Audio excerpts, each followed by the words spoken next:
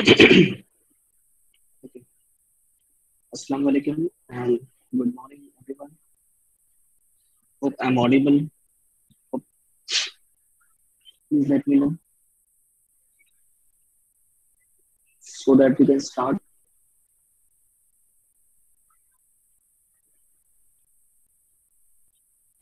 Yes, sir. Thanks so much.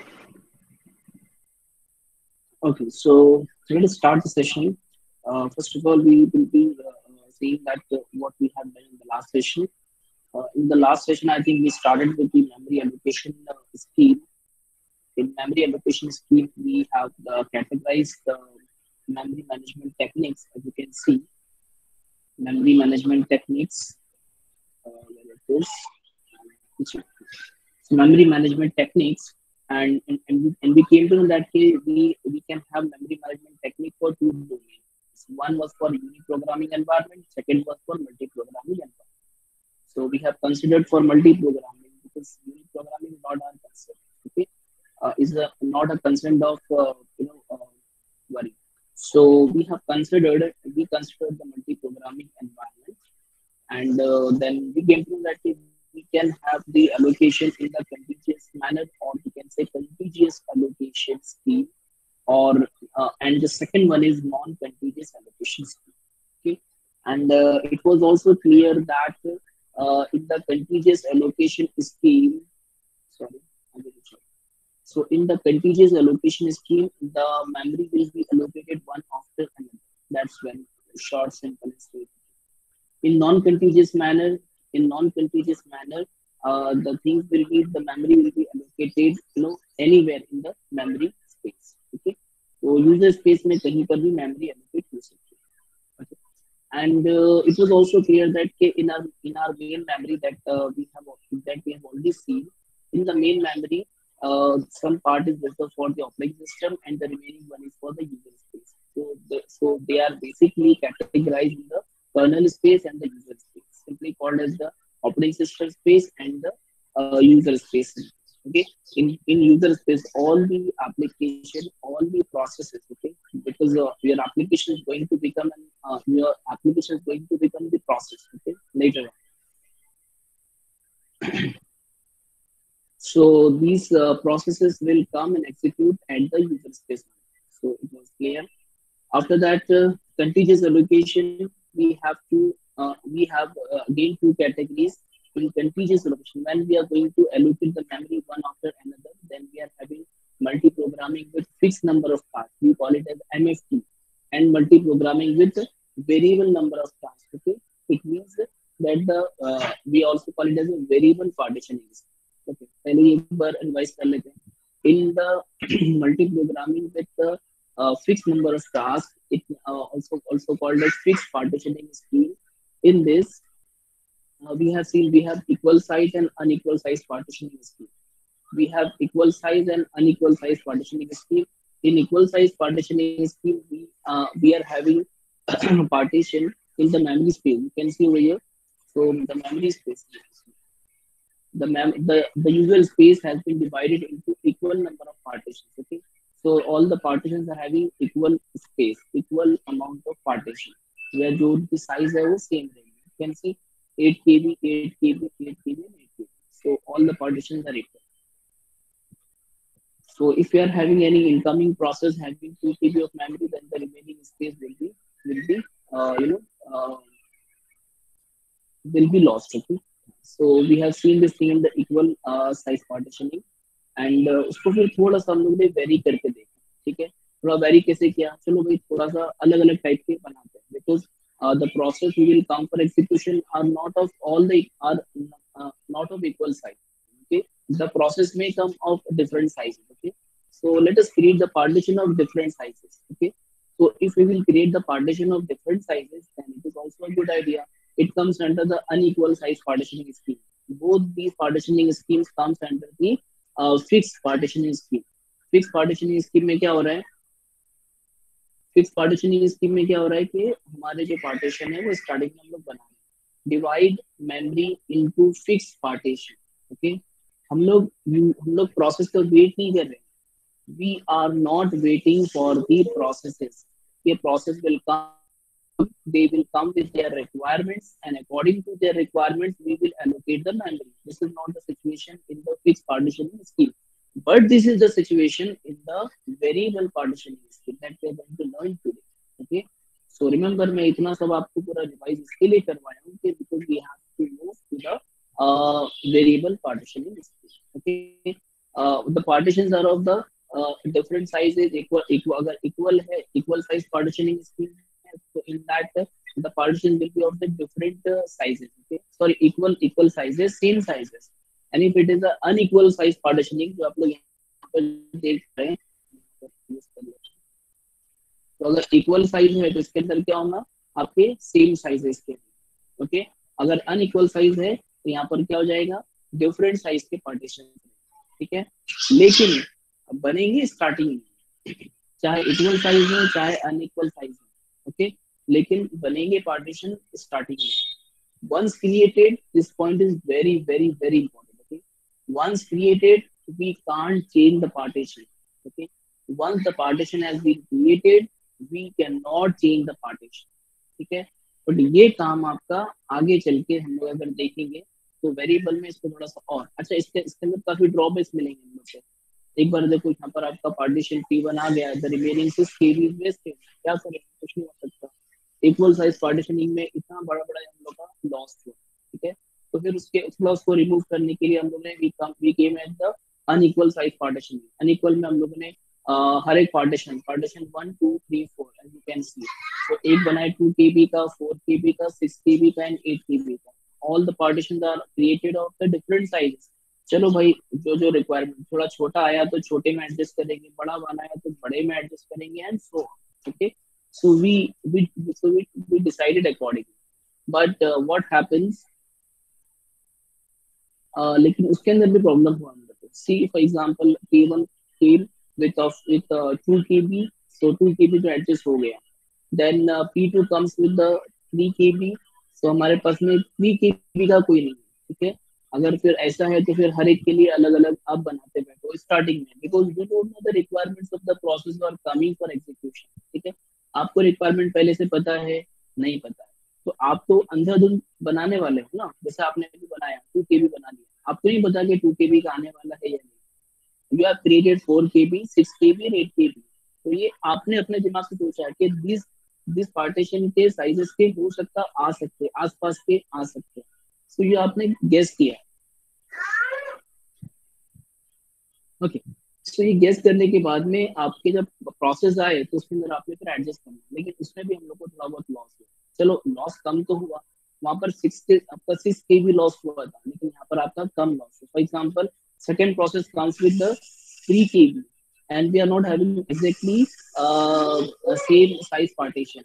That is हमारे पास 3 KB का तो नहीं है. तो क्या किया हम लोगों ने इसको, we have adjusted, we have allocated the process through into the second partition which was of 4 KB.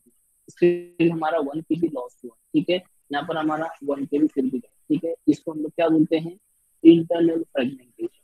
ठीक है, फिक्स पार्टीशनिंग के अंदर मेमोरी या प्रोसेस को एलोकेट करने के बाद जो स्पेस आपका बच जाता है, that is internal fragmentation. Okay, आपने से जिन लोगों ने पार्टीशन पर काम किया है, जब भी आप लोग विंडोज ऑपरेटिंग सिस्टम जब भी आप उसे डील करते हैं, तो जिन्होंने इंस्टॉलेशन किया है, पार्टीशनिंग किया है, उनको ये चीजें पता रहेंगी. मतलब उसके अंदर जब करते हैं तो उसमें काफी जगह पर कहीं कहीं ड्राइव बनाने के बाद में जगह बचती है, तो उसको फ्रेगमेंटेशन होते हैं. तो फिर वो मतलब कि उस फ्रेगमेंटेशन को रिड्यूस करना होता है. तो बहरहाल जो टॉक्स अबाउट, ये तो हमारा ये हुआ लास्ट का. मैंने आपको इसके लिए इतना घुमा करा के बताया पूरा डिवीजन, ताकि हम लोग को वेरिएबल साइज पार्टीशनिंग समझ में. ठीक है, so coming with the multi programming with the variable number of tasks, multi programming with variable number of tasks. I will explain with the help of the diagram. Okay. Multi programming with variable, तो बहुत सारे points है और मैं point को लिखना नहीं चाहता हूँ, आपको यहीं से बता देना चाहता हूँ. ठीक है, और वो पॉइंट्स इंपॉर्टेंट है, आपको याद में रखना है, और फिर उसको पॉइंट के बेस पर आपको पूरा explanation you can do.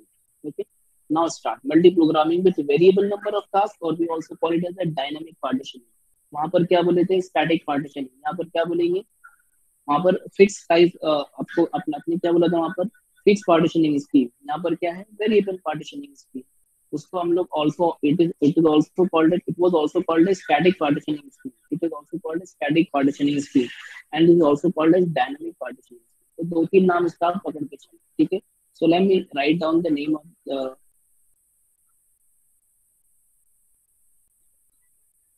Multi programming with variable number of task. ठीक है, वेरिएबल नंबर ऑफ टास्क. ठीक है, इसको हम लोग बोलते हैं डायनामिक पार्टीशनिंग ऑल्सो. ठीक है, so I will write dynamic partition. उसके अलावा इसको हम लोग और बोलते हैं वेरिएबल पार्टीशनिंग स्कीम ऑल्सो. जैसे यहाँ पर लिखा हूँ मैंने, variable partition, variable partition. Okay, तो ये हुआ.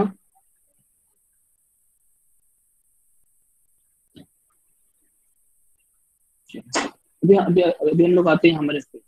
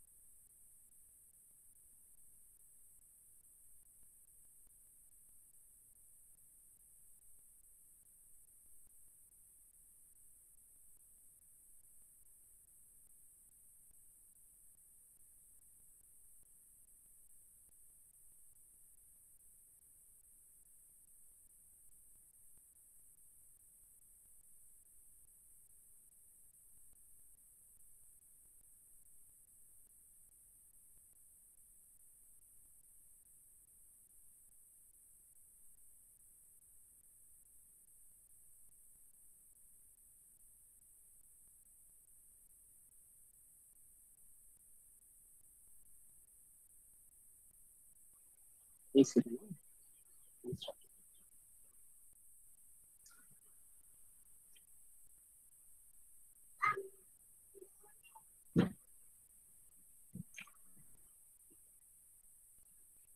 Okay, sorry for the disturbance. मेरे बच्चे एक्चुअली थोड़ा मस्ती कर रहे हैं.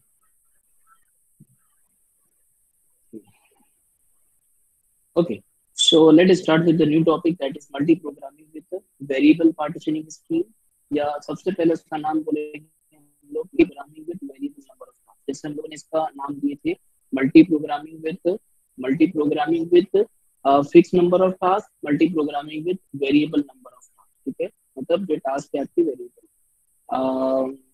और यहाँ पर उसको हम लोगों ने वेरिएबल पार्टीशनिंग स्कीम भी बोला है, and also you can call it as a dynamic partitioning, जैसे static partitioning and dynamic partitioning. ठीक है, so first of all we will कभी भी जब आपको न्यू चीज पढ़ेंगी या न्यू चीज आप लोग इंट्रोड्यूस करेंगे, then obviously you will have to show the the disadvantages of the previous one. ठीक है, पहले वाले के डिसएडवांटेज बता के आप न्यू चीज को इंट्रोड्यूस करते हैं. पहले वाला ऐसा था, वैसा था, वैसा था.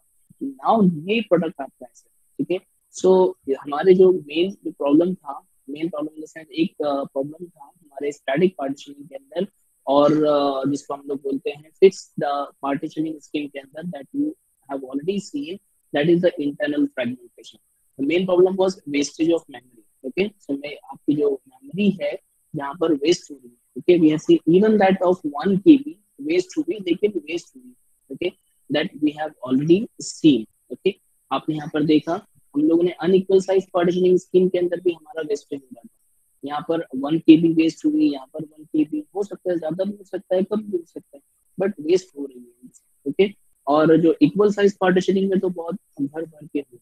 ठीक है, तो इसको ये हमारा मेन हम लोग ने टारगेट बनाया कि ये हमारा वेस्टेज ऑफ मेमोरी हो रही है, that is internal fragmentation is happening which is not correct. Okay, so इसको हम लोग को रिमूव करना है. Okay, so variable, it is also called as variable partitioning scheme और डायनामिक पार्टीशनिंग स्कीम. ओके, तो मैंने पॉइंट वाइज लिख दिया हूँ, so we can at least remember these points. Okay, So it create partition dynamically. Now what about this particular scheme, that is multi-programming with dynamic partitioning scheme or variable partitioning scheme? अब ये करता क्या है? अभी तो बोल रहे हैं ना बहुत कि आपका पहले वाला ये ऐसा है वैसा है, तो अभी अभी अभी अभी करता क्या? ठीक है, it creates partition dynamically to meet the requirement of each requesting process. ठीक है, देखो जो वर्ड बोल रहा है ना, वर्ड के ऊपर it creates partition dynamically. Okay, so your partitions are going to be created dynamically, not at the starting of the system generation time. हमारे स्टैटिक में क्या होता था, फिक्स पार्टीशनिंग स्कीम में क्या होता था, the partitions were created at the system generation time. So if the partitions were created at the system generation time, then हमारा कोई कंट्रोल नहीं रहा. What size of the process will come, of what sizes, okay, we don't know even about that. Okay, so here we are going to create the partitions dynamically to meet the requirement of the each requesting process. For example, the process one comes with the 8 KB of requirement, उसको 8 KB चाहिए, so we'll create the partition of 8 KB. We'll create the partition of 8 KB and then we'll allocate. हाँ चल बाबा जा, कुछ हुआ wastage नहीं हुआ. This is your dynamic partition. है तो बहुत सिंपल, लेकिन मैं थोड़ा सा उसको स्लोली जा रहा हूँ so that each and everyone understand. Okay, I hope everyone is understanding till now. Okay, okay.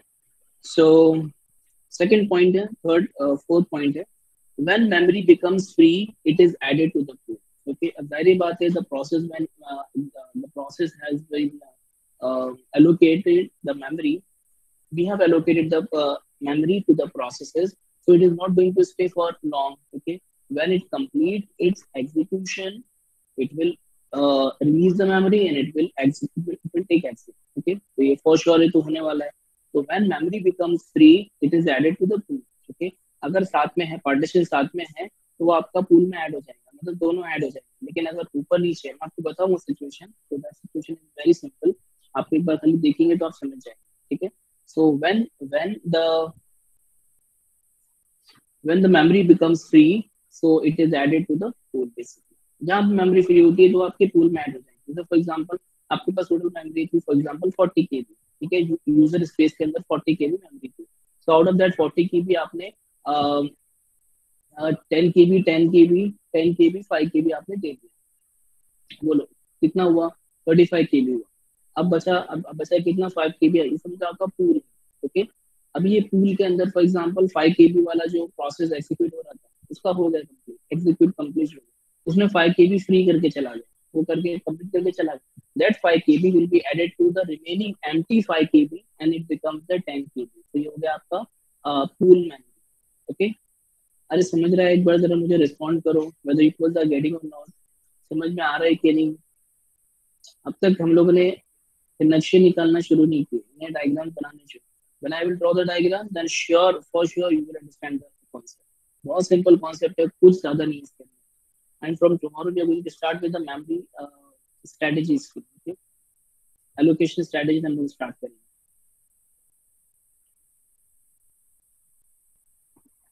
No one is responding, I think so.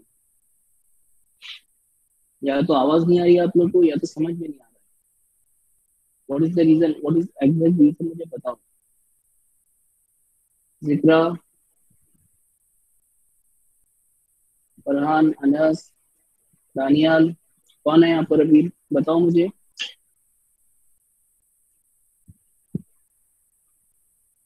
समझ में आ रहा है?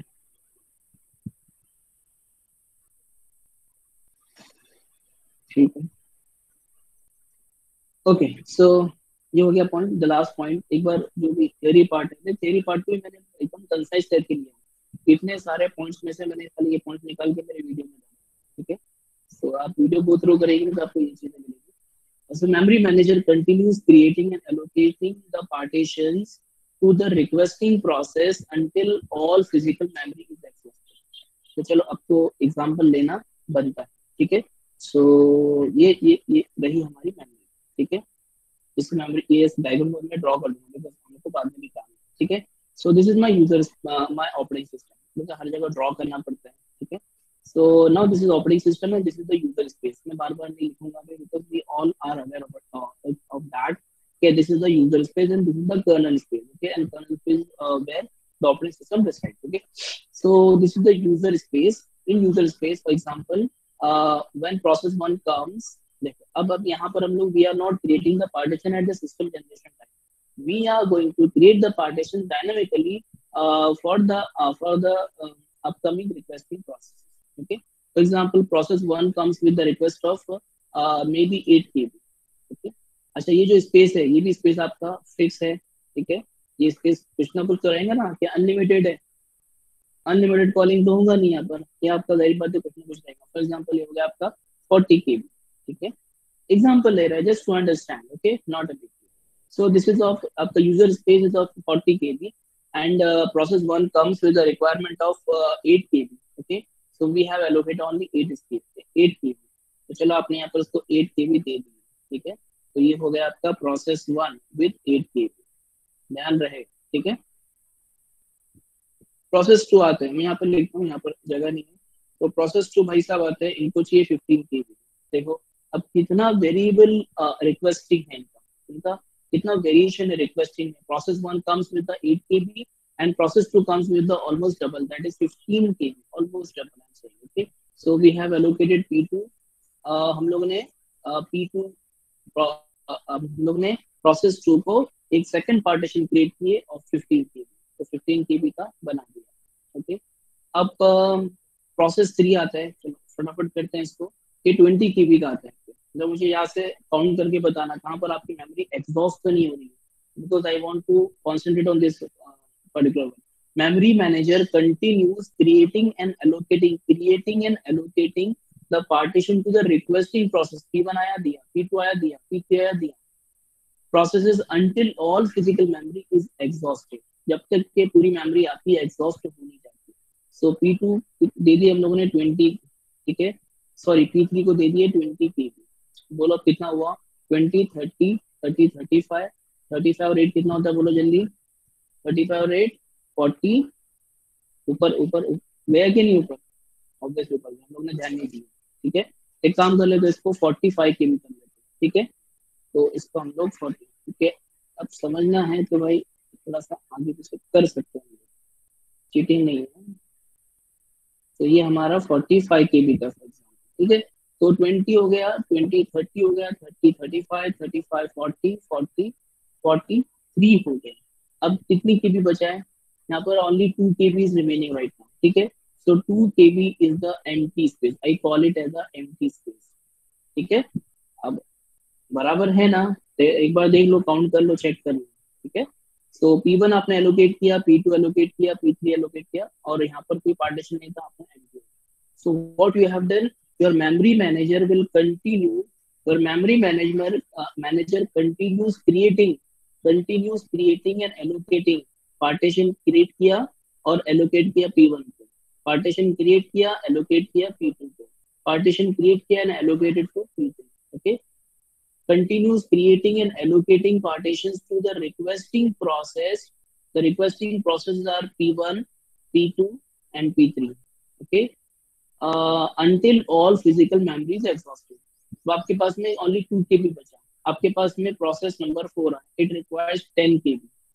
क्या कर सकते हैं आप, देंगे इसको, आपके पास में जगह ही नहीं, तो आप P4 को बोलेंगे भैया आप तो वेट ही करो, हम आपको नहीं दे सकते, until all the physical memory get exhausted।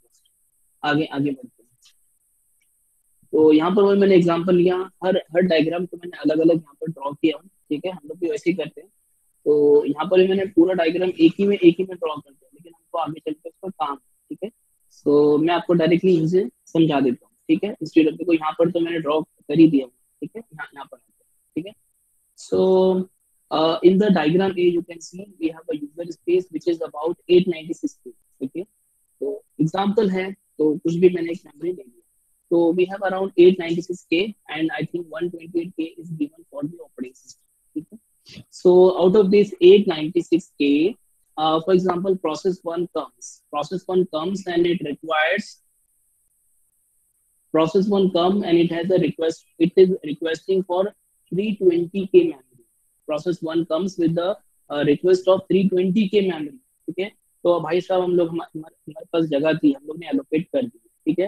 So P1 process has been allocated memory. They have created the partition of 320K, exactly 320K, and they have allocated वही, ठीक है। तो P1 को हम लोग ने दे दी, ओके।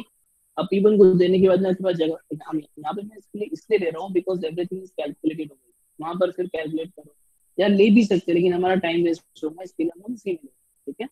तो इसको मैं अलग भी ले सकता था लेकिन डायग्राम है ऑलरेडी, इसके लिए मैं इसमें ले रहा हूँ, ठीक है। So P1 को after allocating 320K memory to the requesting process P1, we have remaining space that is 576K. इतना क्लियर है, डायग्राम बी में ये बताया। In coming to the diagram C, okay. After allocating P1, in the first partition, that was the requirement of P1 only. So we have created the partition of that size only, and we have allocated the P1 into the first partition. हो गया पहला काम। Second process come and से कि भाई I need 224K, मेरा जो requirement है वो 224K का, ठीक है। So we were having enough space, I think 576K space हमारे पास था, so we have allocated it. चलो भाई ये भी दे दो, कोई इशू नहीं है। तो हम लोगों ने P2 को भी दे दिया, 224K भी हमारा गया। अब कितना बचा, 352K, चलो वो भी दे दिया। Coming to the diagram D, process third comes with the requirement of 288K। तो 288K भी उसको देने के बाद हमारे पास बचती है 64K, ठीक है, ऑलरेडी कैलकुलेटेड है, ठीक है। सो हमारे पास में भी जगह बचती है। अच्छा, अब अगर कोई प्रोसेस अगर आता है, if any process that is P4 or any other process comes with the requirement of with the request of more than 64K, then we cannot allocate the memory to those processes because we don't have, okay। हमारे पास जब है नहीं तो हम उसको दे नहीं सकते, okay. जब नहीं दे सकते तो भाई सामने वाले को बोलेंगे वेट करो, या फिर जब तक के कोई दूसरा प्रोसेस छोड़ के जाता नहीं तो जब तक तो आपको वेट करना पड़ेगा। यहाँ तक सबको क्लियर है, ठीक है। द मेन यहाँ पर भी प्रॉब्लम है, यू कैन सी, यहाँ पर देखो मैंने प्रॉब्लम लिखा, ठीक है।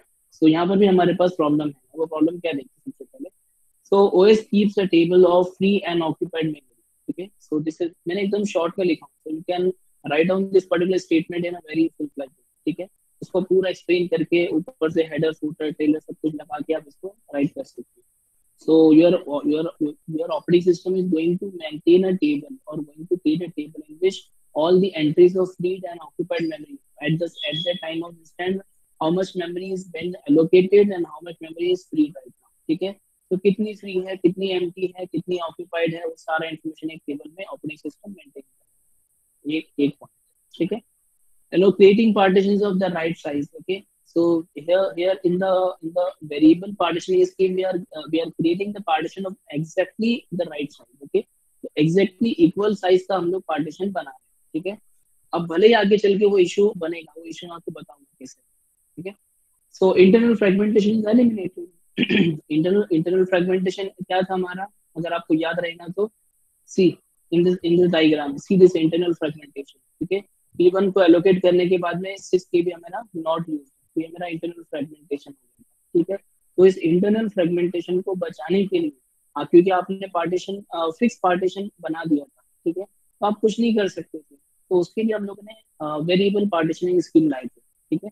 So with the help of this variable partitioning scheme we were able to eliminate the internal fragmentation. तो इंटरनल फ्रेगमेंटेशन तो भैया साहब खत्म हो गया, ठीक है। लेकिन अब एक नया प्रॉब्लम है, प्रॉब्लम ध्यान से देखना, ठीक है। सपोज मैं एक काम करता हूँ, इसको अलग से ड्रॉ करता हूँ ताकि आपको क्लियर हो। ये वाला जो डायग्राम है ना, P1 P2 P3 वाला डायग्राम यहाँ पे ड्रॉ करता हूँ सो दैट आपको समझ में, यहाँ पे ड्रॉ करता हूँ। सो this is my memory space, ये मेरा ऑपरेटिंग सिस्टम का पार्टीशन 1 दिया, पार्टीशन 2 दिया, पार्टीशन 3 दिया, ठीक है। एंड चलो पहले मैं लिख देता हूँ partition 1, partition 2, partition 3, and this is the empty space. तो आई विल राइट यहाँ पर एम्प्टी स्पेस, ठीक है। पार्टीशन 1 अराउंड मेरा 320K का गया, 320K ये गया 224 का। मैं यहाँ पर इसके लिए कॉपी कर रहा हूँ कि अभी जो नया कॉन्सेप्ट पढ़ेंगे तो वो हम लोग को थोड़ा विजुअलाइजेशन समझ में 288K, ओके। के सब में लिखा, ठीक है, बुक में भी लिखा था इसका यूनिट है। तो 64 के हमारा भी एम्प्टी है, ठीक है। अब यहाँ से हमारे पास एक भी प्रॉब्लम है internal fragmentation we have successfully eliminated. That is okay. अभी चलो मान लो कि हमारा प्रोसेस वन कंप्लीट हो गया। एक सेकंड, लाइक जो सामने आ रहा है कंस्ट्रक्शन चल रहा है।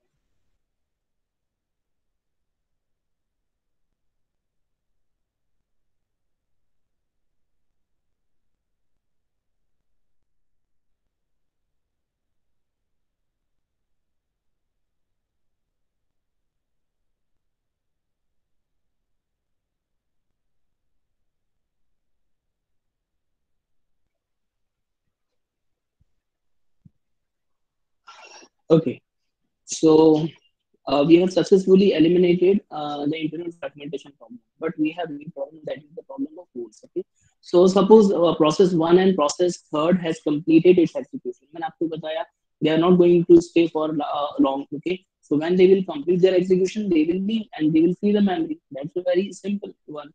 Okay, so example, your process one has completed the execution and your process three has also completed the execution.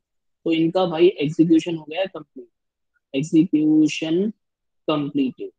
जब एग्जीक्यूशन कंप्लीट होता है तो क्या होता है फिर, चलो डायग्राम ड्रॉ करते हैं हम लोग वापस से इसी डायग्राम को। सी मल्टीपल डायग्राम्स आप लोग ड्रॉ करेंगे अगर एग्जाम में भी, so then only you will be able to explain the concept properly. Okay, here I am doing in the same. Okay, so remember आपको भी ऐसे कहना है कि आपका ऑपरेटिंग सिस्टम, ये आपका जगह था, ये आपकी जगह थी। मैं थोड़ा सा डायग्राम एक्सटेंड कर रहा हूँ, ठीक है। सो ये वाली हमारी स्पेस थी 320 की थी, लेकिन ये भाई साहब प्रोसेस वन कंप्लीट होके जा चुके हैं, ठीक है। They have flight process one, process two, sorry process one and process three भाई साहब निकल ली हवा में, ठीक है। अब बचे आपके process two still is executing right now. So हमारा 320 के स्पेस यहाँ पर फ्री हो गया बीच में, ठीक है। अब ऊपर ऑपरेटिंग सिस्टम है, नीचे आपका प्रोसेस टू है, लेकिन बीच में जगह खाली होगी, ठीक है। उसके बाद में आपका प्रोसेस टू यहाँ पर जो कि 224K का है, process two is still executing, ये भाई साहब अभी तक रुके हैं।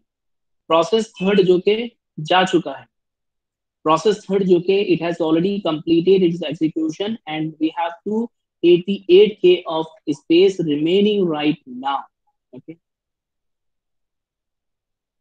we have 220 we have 288K of space remaining right now. Okay, और लास्ट में हमारा 64K तो बाकी है, ठीक है।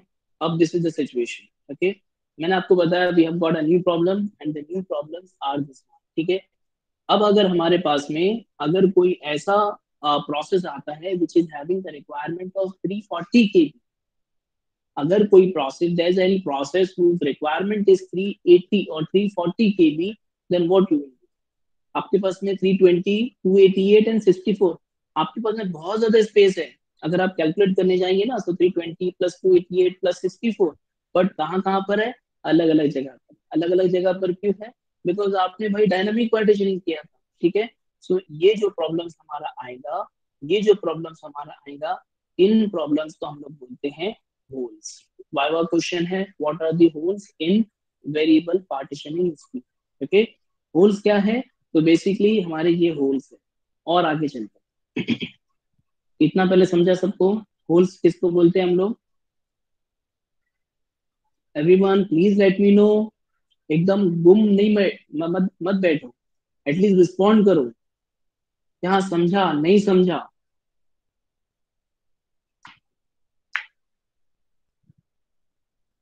Okay good.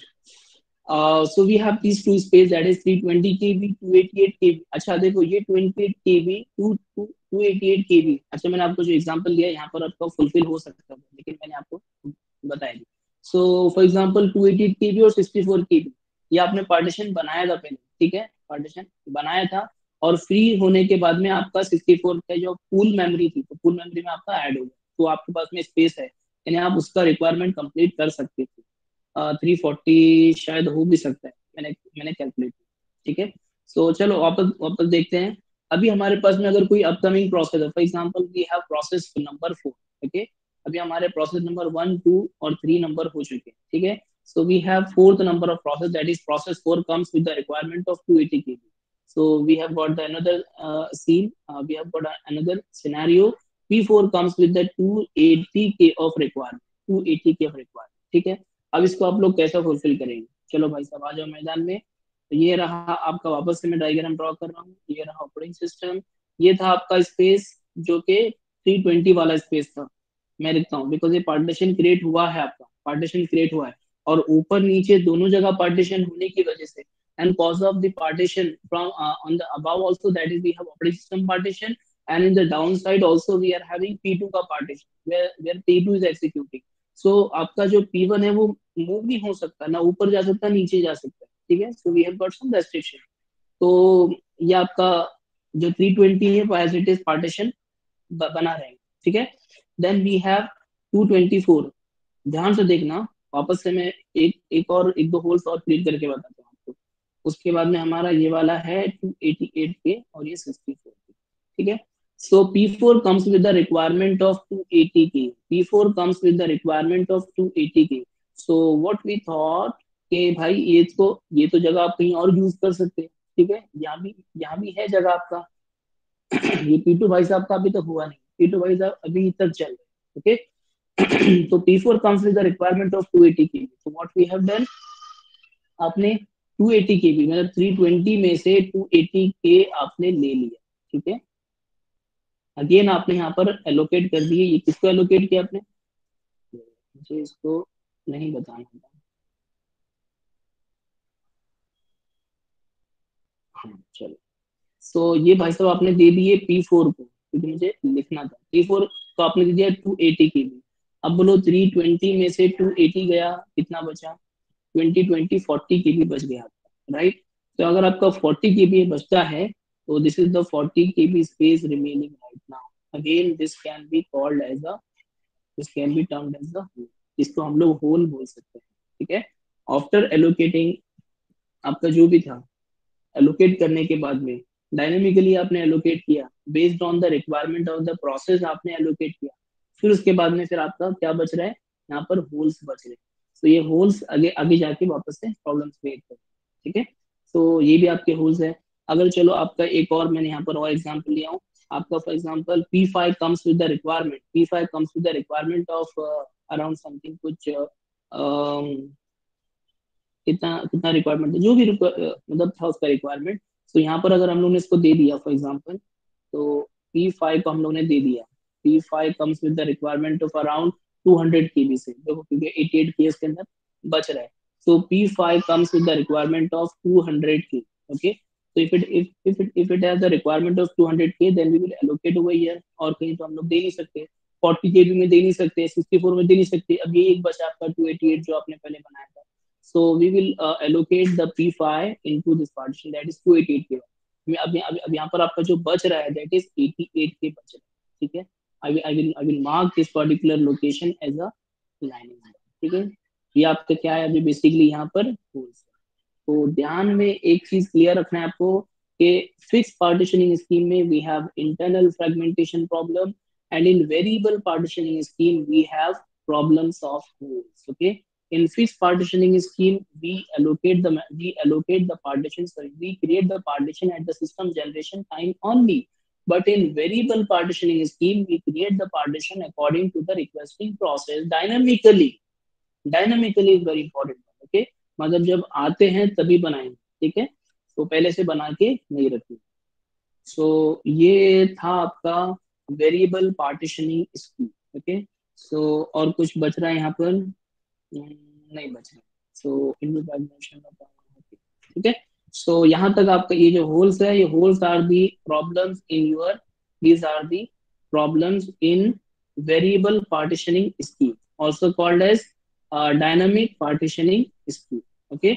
सो यहाँ तक हुआ हमारा variable partitioning scheme, and from tomorrow, I think from the next session, we are going to start with the next topic, that is allocation strategy। तो बहुत सिंपल है, एग्जाम में क्वेश्चन आता है उसके बेस पर आपका एक एक्सपेरिमेंट भी, ठीक है, और है बहुत सिंपल। तो